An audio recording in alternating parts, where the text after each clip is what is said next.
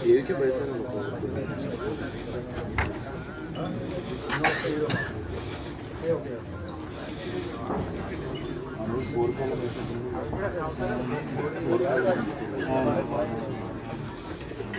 Sir Manora sir ఇది trailer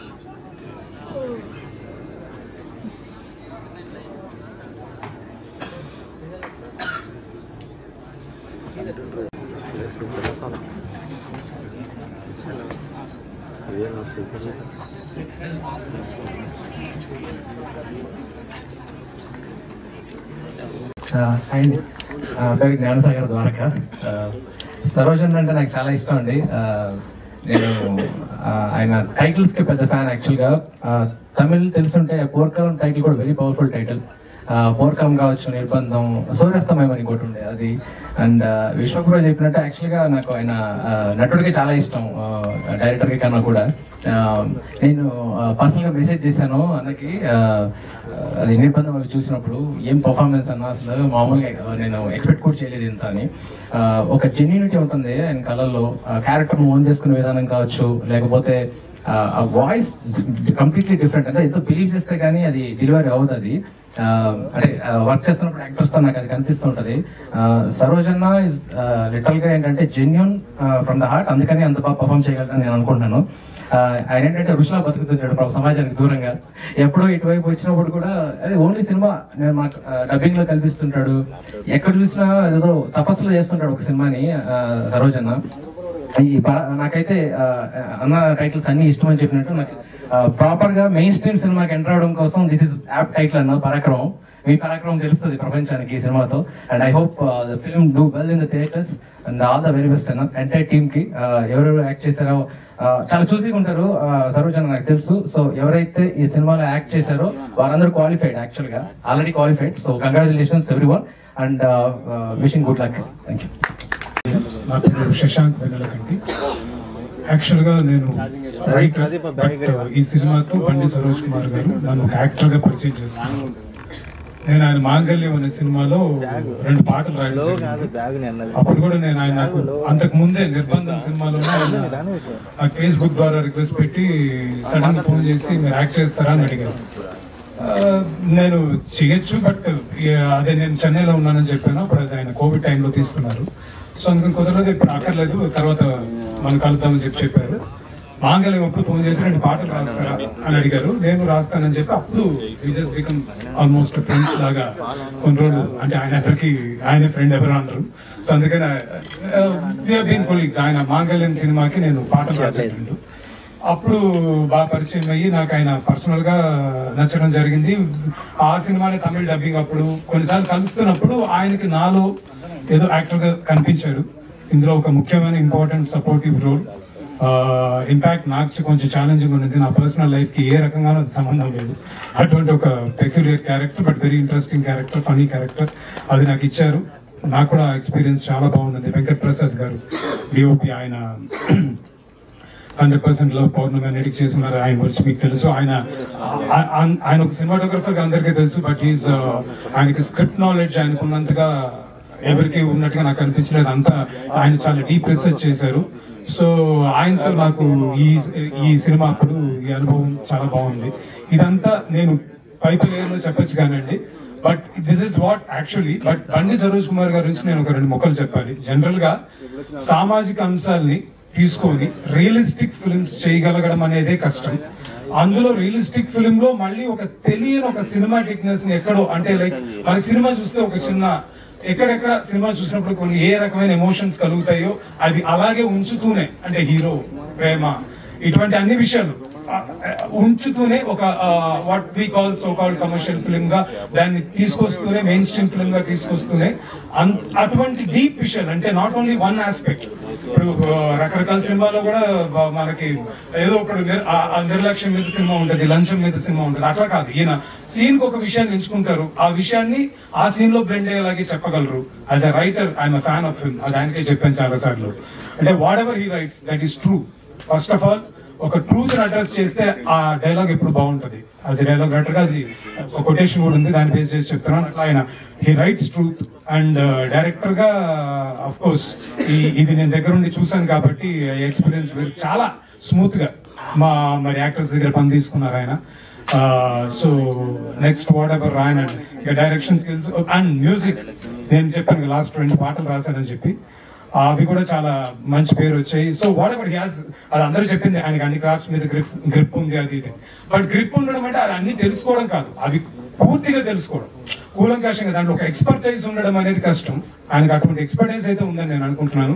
ఇవన్నీ నేను దగ్గర చూసి అబ్జర్వ్ చేసి చెప్తున్న qualities. So it was very very happy experience with him working. So ఆయన డెఫినెట్ గా ఈ సినిమా ద్వారా కొడతారు, అందరికీ డెఫినెట్ గా ప్లస్ అవుతుందని అనుకుంటున్నాను. So thank you so much. నా పేరు మోహన్ సేనాపతి. ఇందులో ఆ క్యారెక్టర్ చేసింది నేను, హీరో ఫాదర్గా. బండి సరోజ్ కుమార్తో నాకు 2013 నుంచి మొదటి పరిచయం. వారితో ఇది నా 3వ సినిమా. మొట్టమొదటిసారి ఆయన కలిసినప్పుడు అలాగే ఇంటర్వ్యూకి పోయాను ఆయన దగ్గరికి. వెయిట్ చేస్తున్నాను, అతను రాలేదు. ఇంకా ½ అన్ అవర్ అయింది, 1 అవర్ అయింది, అప్పుడే వచ్చారు.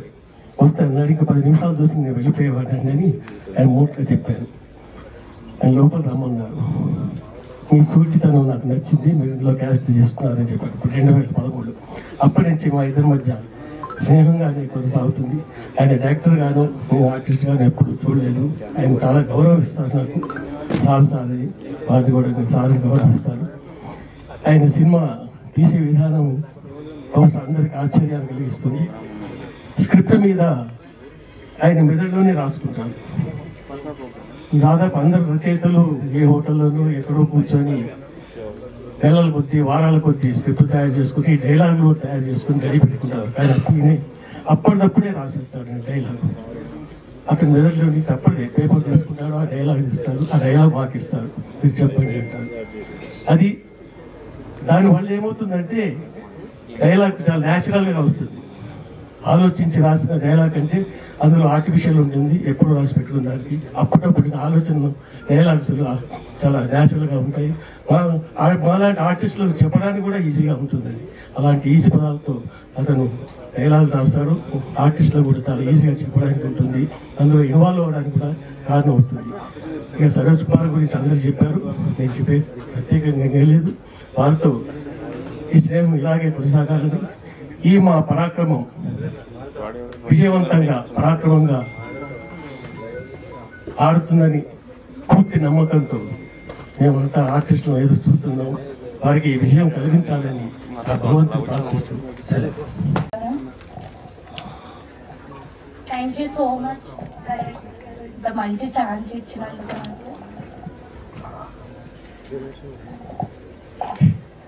ఏం మాట్లాడాలో తెలుస్తలేదు. Thank you. నా పేరు శృతి సమన్వి. నేను ఒక classical dancer, national award. So ఈ మూవీలో నేను one of the main female లీడ్గా డెబ్యూ చేశాను.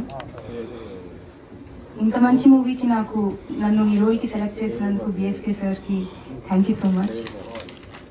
ఈ త్రూ అవుట్ మూవీ జర్నీలో సార్ నాకు ఎన్నో సజెషన్స్, ఎంతో మంచి ఎంకరేజ్మెంట్ ఇచ్చారు. Thank you sir. అదేవిధంగా డిఓపి వెంకట ప్రసాద్ సార్ చాలా సపోర్ట్ అండ్ ఎంకరేజ్మెంట్ ఇచ్చారు. Thank you so much sir. అలాగే నా కో ఆర్టిస్టులు అందరూ ఫ్రెండ్లీ ఎన్విరాన్మెంట్ ఇచ్చారు నాకు యాక్ట్ చేయడానికి, సో దట్ నేను ఇంకా బాగా యాక్ట్ చేశాను.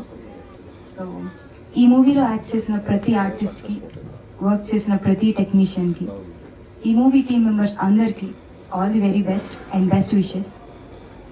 ఈ మూవీ మంచి హిట్ అవుతుంది అని నమ్ముతూ మీ అందరి బ్లెస్సింగ్స్ మా అందరిపై ఉండాలని కోరుకుంటున్నాను. ముందుగా అందరికీ థ్యాంక్ యూ ఇక్కడికి వచ్చినందుకు. అండ్ ఫస్ట్ స్టార్ట్ చేసే ముందు నా పేరు చెప్తాను. నా పేరు నిఖిల్ గోపు. ఈ మూవీలో నానాజీ అనే క్యారెక్టర్ చేశాను. యాక్చువల్లీ నేను యాక్టింగ్ స్టార్ట్ చేసి ఒక 3.5 years అవుతుంది. ఫస్ట్ ఒక 1 year థియేటర్ ప్లేస్ చేసి సరే ఇంకా చాలు ఇంకా మూవీస్ చేద్దామని చెప్పి ఎన్ని ఆడిషన్స్ ఇచ్చినా చాలా చిన్నపిల్లలకు ఉన్నావు, చూడడానికి చాలా చిన్నపిల్లలకు ఉన్నావు, అసలు మెయిన్ క్యారెక్టర్స్ ఉంటే నువ్వు పక్కన కనిపించవు అని చెప్పేసి ఆడిషన్స్ రిజెక్ట్ చేసేటోళ్ళు. బట్ ఐ థ్యాంక్ బండి సరోజ్ కుమార్ అన్న for giving me this opportunity. ఎందుకంటే మీరు చూసుంటే ఆల్మోస్ట్ అందరు ఆర్టిస్టులు కొత్త వాళ్ళే. ఇంతమందికి ఒక్క సినిమాలో ఆపర్చునిటీ ఇవ్వాలంటే చాలా కష్టం, దానికి చాలా ధైర్యం కావాలి. అది సరోజ్ కుమార్ అన్నకి సాధ్యం. అండ్ థ్యాంక్ యూ విశ్వక్ గారు for launching this teaser. Vishwak అన్నని కానీ సరోజ్ అన్నని కానీ చూస్తే ఇన్స్పిరేషన్ మోటివేషన్ అని కాదు, కానీ ప్రతి ఒక్క ఆర్టిస్ట్ కొత్త ఆర్టిస్ట్ ఎవరైతే ఇండస్ట్రీకి రావాలనుకుంటున్నారో వాళ్ళందరికీ ఒక చిన్న హోప్ ఉంటుంది, అరే మనం కూడా చేయగలము, మనకు కూడా పాసిబుల్ అవుతుంది అని వాళ్ళు చేసి చూపించారు. So that hope is very important for the new artist who want to come to the industry. ఇంకా నేనే చెప్పాలంటే I have to thank my parents. ఎందుకంటే మిడిల్ క్లాస్లో ఉన్నప్పుడు అరే మనకెందుకురా ఈ సినిమా, మనకెందుకురా ఈ కళలు, మనకెందుకు అనుకునేటప్పుడు నా పేరెంట్స్ చాలా సపోర్ట్ చేసి నీ వల్ల ఎందుకు కాదు, మనం ఎందుకు చేయకూడదు అని చెప్పి ఇంత సపోర్ట్ ఇచ్చి నేను ఇక్కడ ఉన్నానంటే అది వాళ్ళ వల్లే సాధ్యం. So yeah, thank you.